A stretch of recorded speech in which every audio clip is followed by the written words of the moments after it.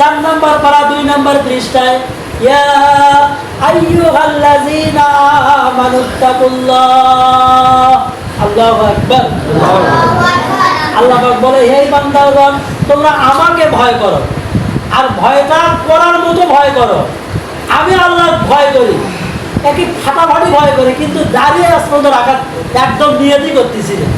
আল্লাহ ভয় করি, কিন্তু আজও আমি নামাজের সময় হলে আল্লাহর কাছে দাঁড়াতে পারি না।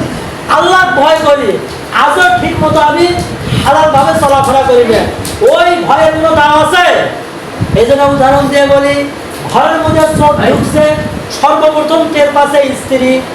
কে টের পাচ্ছে ভাই? স্ত্রী টের পাওয়ার পরই বলতেছে, স্বামী বলতেছে তাড়াতাড়ি ওঠো, চোখ ধরে কিছু কর, আমি ঘরের মধ্যে আছি না, তোর কাউ টেনশন, ফজরের নামাজ পড়ে না, তাও কয় মরিং ব্যান ঠিক আছে, তোর কি আছে?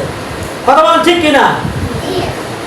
একটু পরে স্ত্রী বলতেছে টাকা পয়সা যে রাখছিলাম তাকেও নিয়ে যাচ্ছে, তুই চুপ করবো, এই মাসের কিন্তু অভ্যাসকারী বেশি খাটলাম, আর আমি ঘরের মধ্যে আছি না, তোকে চিন্তা করা লাগবে, আমি তো আছি।